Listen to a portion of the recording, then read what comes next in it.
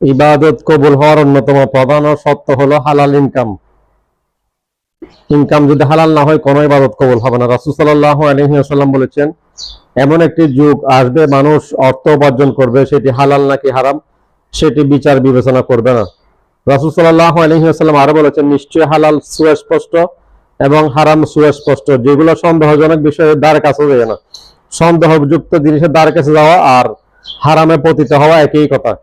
যেখানে হারাম খাওয়ার কারণে 3 ব্যক্তির দোয়া কবুল হওয়ার কথা, সেখানে একজন মুসাফিরের দোয়া পর্যন্ত আল্লাহ রাব্বুল আলামিন কবুল করেন নাই, কারণ ওই মুসাফিরের পরনে যে কাপড় ছিল, যে খাদ্য পানি ছিল, সবগুলো হারামের কিনা, যার কারণে মুসাফিরের দোয়া কবুল হয় না। তাই প্রয়োজনে একবেলা না খেয়ে থাকুন, প্রয়োজনে কম দামি কাপড় পরুন, প্রয়োজনে দুঃখ কষ্ট জীবন কাটান, তারপর হারামের সাথে আপোষ করবেন না। কারণ হারাম অর্থ উপার্জিত টাকার মাধ্যমে কোনো ইবাদত কবুল হবে না এবং আপনার গুনার ভার কেউ নিবে না।